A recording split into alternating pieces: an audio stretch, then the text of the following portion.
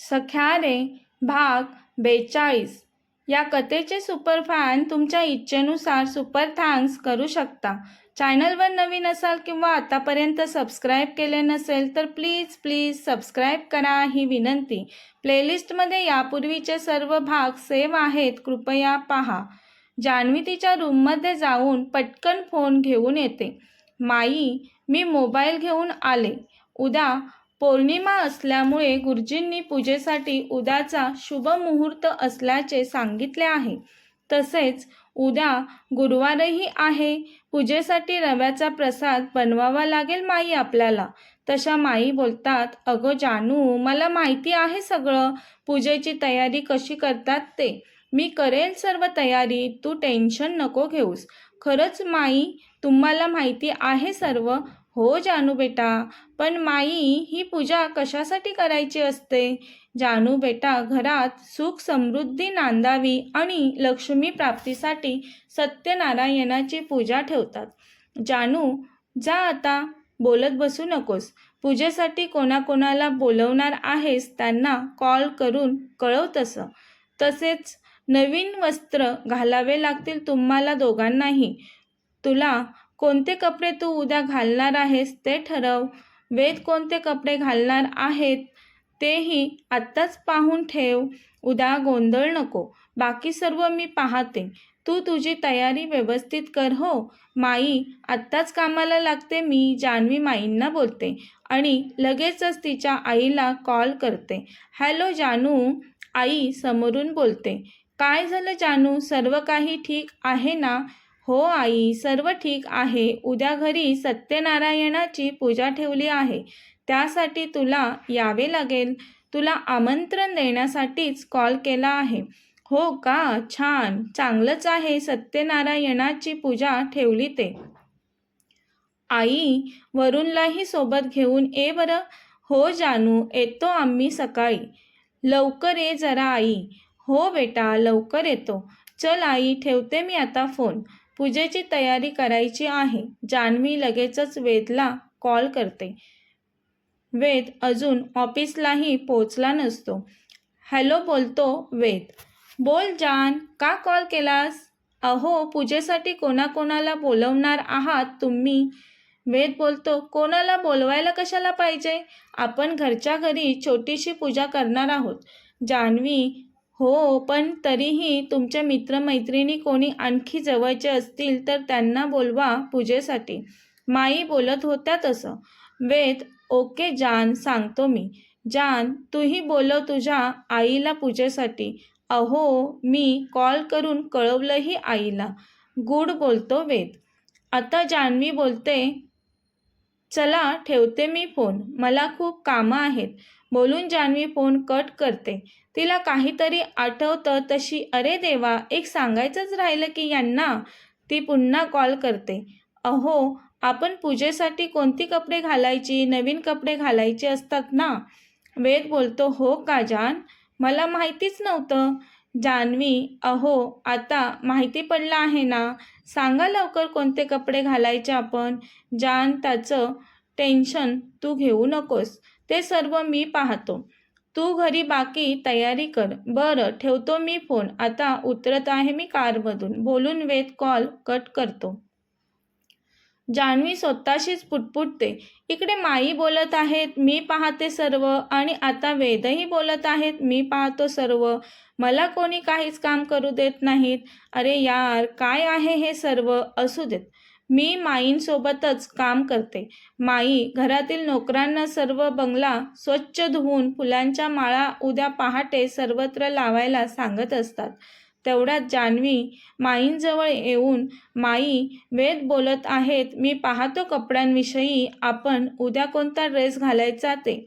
मग मी कोणतं काम करू आता माई? माई जान्हवीकडे पाहून हसायला लागतात. बोलतात, अगं जानू, उद्या पूजा आहे की नाही? मग उद्या सर्व कामं करायची आहेत. आज फक्त सर्व साहित्य जमा करून ठेवावे लागेल. बरं, ठीक आहे, जान्हवी बोलते माईंना. माई बोलतात, जान्हवी, तुला रांगोळी येते का काढायला? तशी जान्हवी, हो येते ना माई, बोलते. जानू, तू उद्या पहाटे लवकर उठून दारासमोर मोठी रांगोळी काढ, माई जान्हवीला सांगतात. जमेल ना पहाटे उठायला, विचारतात माई जान्हवीला.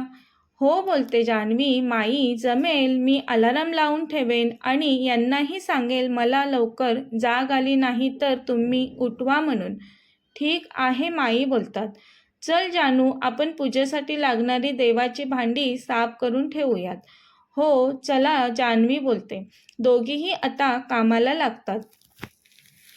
वेद गुरुजींना कॉल करून उद्याच्या पूजेचं कन्फर्म करतो. अर्णव आणि त्याची बायको मेघनाला तो पूजेसाठी बोलवतो. अर्णव ऑफिसमध्येच असतो तरीही तो कॉल करूनच सांगतो अर्णवला. ऑफिसमध्ये त्याचा सेक्रेटरी बाजी असतो, त्यालाही तो वेद कॉल करूनच पूजेला घरी येण्यासाठी सांगतो. मेघनाचं पार्लर असतं म्हणून त्याच्या जान्हवीला तयार करण्यासाठी सर्व जबाबदारी वेद मेघनावर सोपवतो. दोघांसाठी कोणत्या प्रकारचे कपडे घालायला हवे त्याबद्दलही तो मेघनाशी बोलून घेतो. मेघना जान्हवीसाठी ब्राह्मणी नऊवारी साडी नेसण्यासाठी सजेस्ट करते आणि वेदसाठी सदरा धोतर आणि डोक्यावर सफेद टोपी असा ड्रेस परिधान करण्यास सांगते मेघना. वेदचंही ठरलं होतं, आता तोही तसेच कपडे खरेदी करणार होता. काहीतरी वेगळं करावं म्हणून त्यांनी या अगोदर कधी सदरा धोतर घातला नव्हतं. फर्स्ट टाईम ट्राय करणार होता तो. विचार करत होता त्याचं आणि जानचं लग्न रजिस्टर पद्धतीने झालं, तेही घरीच, आणि कोणत्या परिस्थितीत. त्यामुळे जानला कसलीच हौस करता आली नाही. निदान पूजेसाठी तरी तिला खूप छान तयार करायला सांगतो मी मेघनाला, तो स्वतःशीच बोलतो. तो त्याच्या मोबाईलवरून काहीतरी मेसेज करतो आणि त्याच्या ऑफिस कामाला लागतो. आता ऑफिसला आल्यापासून त्याचा खूप सारा वेळ या गोष्टींकरता लागला होता. तो एक उसासा टाकतो आणि लॅपटॉपमध्ये त्याचं डोकं खुपसवतो. तेवढ्यात त्याची पीए नीता त्याच्या केबिनचा डोअर नॉक करते. मे आय कम इन सर. तो लॅपटॉपमधून डोकं वर न काढताच येस कमिंग बोलतो. नीता आत येऊन, सर, कीर्तीकरांचा कॉल आला होता आत्ताच. उद्या येणार आहेत ते आपल्या ऑफिसमध्ये. आपली त्यांच्यासोबत डील झाली होती काही दिवसांपूर्वी. त्याबद्दल तुमच्याशी बोलण्यासाठी त्यांनी तुमच्यासोबत किती वाजता मीटिंग ठेवायचे ते कन्फर्म करून तसं त्यांना कळवायला सांगितलं आहे. काय सांगू त्यांना सर मी? आता कुठे? वेद लॅपटॉपमधून डोकं वर काढून नीताकडे पाहतो. उद्याच्या आणि पुढील 3 दिवसांच्या मीटिंग पोस्टपोन कर. मी उद्यापासून ऑफिसमध्ये नाही आहे. आजच्या सर्व मीटिंग उरकून मी घरी जाणार आहे. मला माझी काही पर्सनल कामं आहेत, त्यासाठी मी 4 दिवस ऑफिसला येणार नाही. या 4 दिवसांमध्ये तुला सुट्टी घेता येणार नाही. मी ऑफिसला नसल्यामुळे तुला सर्व कामं हँडल करायची आहेत. काही महत्त्वाच्या मीटिंग असतील त्या तू पोस्टपोन कर. अर्णव आणि बाजी सरांना मी सांगून जातो तुला लागेल ती हेल्प करण्यासाठी. वेद सर 4 दिवस सुट्टीवर जाणार म्हणून वेद समोर असतानाच तिचा चेहरा पडला होता. ती तिथे स्तब्ध उभी असते. तिला तसं पाहून वेद बोलतो, एनिथिंग एल्स? वेदचा आवाज तिच्या कानावर पडतो तशी ती भानावर येत, no no nothing sir. Ved बोलतो, okay, now you can leave. तशी ती वेदच्या केबिनमधून निघून बाहेर जाते. वेदच्या केबिन बाहेर जाता जाता तिच्या मनामध्ये प्रश्नाचं काहूर माजलं होतं. सर अचानक 4 दिवस कुठे जात असतील? सरांचं वागणंही बऱ्याच दिवसांपासून बदललं आहे. नक्की काय झालं आहे वेद सरांचं? नक्की काय चालू आहे वेद सरांचं? त्यांच्या आयुष्यात दुसरी मुलगी तर आली नसेल ना? मला वेद सर खूप आवडतात. त्यांच्यासाठी गेल्या 4-5 वर्षांपासून मी त्यांच्यासोबत त्यांच्या ऑफिसमध्ये काम करत आहे. मी लाईक करते त्यांना. पण त्यांच्यासमोर गेल्यावर मला तुम्ही आवडता, मी लाईक करते तुम्हाला, हे त्यांना सांगण्याची, त्यांना प्रपोज करण्याची मला हिंमत होत नाही. पण सरांना पाहून मला असं वाटतंय, माझ्या मनातील मला वाटणाऱ्या त्यांच्याविषयीच्या फिलिंग मला त्यांना लवकर सांगायला हव्यात. उशीर होण्या अगोदर. सरांना मी आवडेल का पण त्यांची जीवनसाथी म्हणून? नीता स्वतःलाच विचारते. तीच तिच्या मनाशी बोलते. का नाही आवडणार मी सरांना? ऑफिसमधील कितीही मोठी जबाबदारी असेल तर सर केवढ्या विश्वासाने माझ्यावर सोपवतात. त्यांचा खूपच विश्वास आहे माझ्यावर. माझ्यासारखी विश्वासू जीवनसाथी त्यांना मिळणार असेल तर ते का नाकारतील मला? तसंही माझ्यात काय कमी आहे? स्मार्ट आहे मी. माझ्यासारख्या स्मार्ट मुली सर्वांना आवडतात. सरांनाही मी आवडेल, पण त्यासाठी योग्य वेळ आणि सरांचा मूड पाहून मला सरांना माझ्या मनातील गोष्टी सांगायला हव्यात. आता नाही सांगितलं तर लेट होऊ शकतं. वेळ निघून जायला नको, असा विचार करून तीही कामाला लागते. रात्री वेद घरी येतो पाहतो तर जान आज खाली हॉलमध्ये होती. माईंसोबत काहीतरी काम करत होती ती. वेद मग त्यांना डिस्टर्ब न करता सरळ बेडरूममध्ये निघून जातो. जान्हवीला वेद आल्यासारखं वाटतं, पण माझा भास असेल ती मनातच बोलते आणि विचार झटकते. माईंसोबत पुन्हा कामात व्यस्त होते जान्हवी. काही वेळानंतर मोबाईलमध्ये टाईम किती झालाय ते पाहते तर रात्रीचे 9:30 वाजले होते. माई 9:30 झालेत, वेद अजून कसे आले नाहीत? अगं येईल जानू वेद, काळजी नको करूस. ट्रॅफिक असते यावेळेस खूप, म्हणून उशीर झाला असेल. माई बोलत असतात तोपर्यंत जान्हवी वेदला कॉल करते सुद्धा. वेद कॉल रिसीव्ह करतो. हॅलो जान, बोल. अहो 9:30 वाजून गेले तरी तुम्ही अजून घरी आला नाहीत. कुठे आहात तुम्ही? अगं मी केव्हाचा आलोय. तू कामात बिझी होतीस खूप. मग मला तुला डिस्टर्ब करावंसं नाही वाटलं, म्हणून मी तसाच बेडरूममध्ये आलो निघून. काय? जान्हवी बोलते. तुम्ही आलात आणि मला आवाजही दिला नाही तुम्ही. तुमची केव्हापासून वाट पाहत होती मी आणि तुम्ही घरी येऊन मला आल्याचे सांगितले सुद्धा नाही. जान, तू माझी वाट पाहत होती का बरं? कळेल का मला? माझी जान एवढ्या आतुरतेने माझी का वाट पाहत होती ती? अहो मी आलेच रूममध्ये सांगायला. मला खूप बोलायचं आहे तुमच्यासोबत. जान्हवी कॉल कट करते. माईंना बोलते. माई हे आलेत घरी. मी आलेच बोलून जान्हवी बेडरूममध्ये येते सुद्धा, तेही धावतच. तिला धापा लागतात. पण सकाळी वेद ऑफिसला गेले त्यानंतर किती तासानंतर ती वेदला पाहणार होती. कधी एकदा वेदना पाहते असं झालं होतं जान्हवीला. आता ती धापा टाकत दरवाजापर्यंत येते. वेद दरवाजातच उभा असतो त्याच्या जानची वाट पाहत. वेद बोलतो, जान हे काय एवढं का पळत आलीस तू? एवढी कसली घाई आहे तुला? जरा हळू यायचं ना. अहो तुम्हाला पाहण्याची घाई झाली होती मला. कधी तुम्हाला पाहते असं झालं होतं मला, म्हणून धावत आले मी.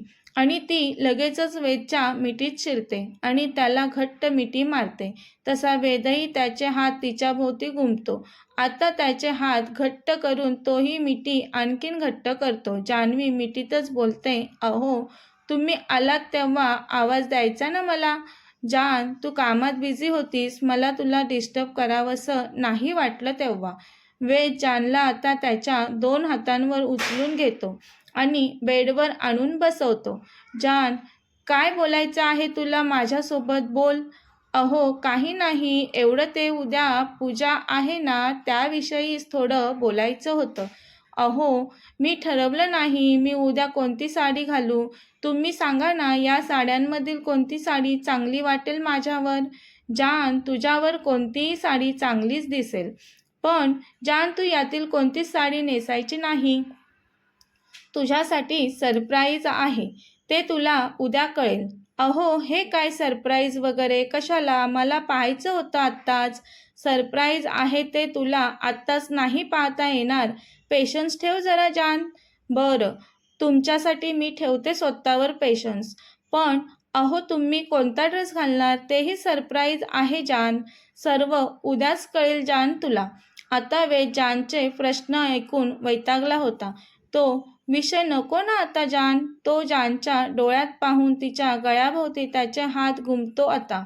वेद बोलतो जान्हवीला, जान तुझा सर्व टाईम आता माझ्यासाठी आहे हो ना. वेद थोडं मादक टोनमध्ये बोलतो. तशी जान्हवी लाजते.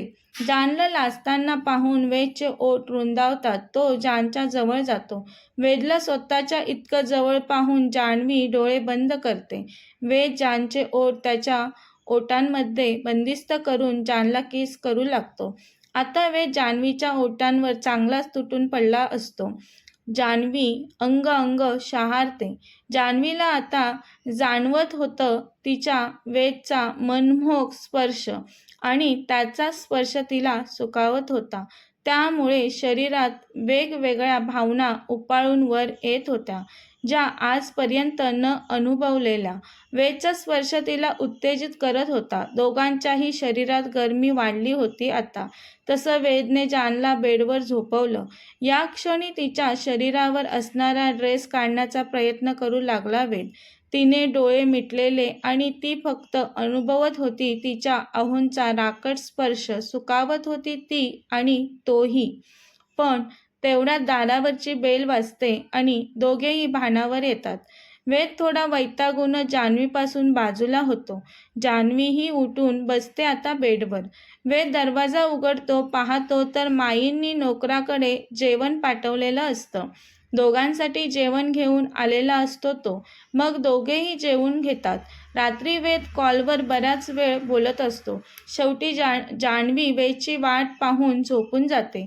वेदचा कॉल झाल्यानंतर वेद येऊन पाहतो तर जान्हवी झोपलेली असते. मग वेदही तसेच तिला स्वतःच्या मिठीत ओढून तोही झोपतो आता. उद्या वेद आणि जान्हवीची पूजा निर्विघ्न पार पडते का कोणतं विघ्न येईल पूजेत ते पाहूया उद्याच्या भागात. कथा आवडल्यास चॅनलला न विसरता सबस्क्राईब करा, लाईक, शेअर आणि कमेंट करायला विसरू नका. धन्यवाद.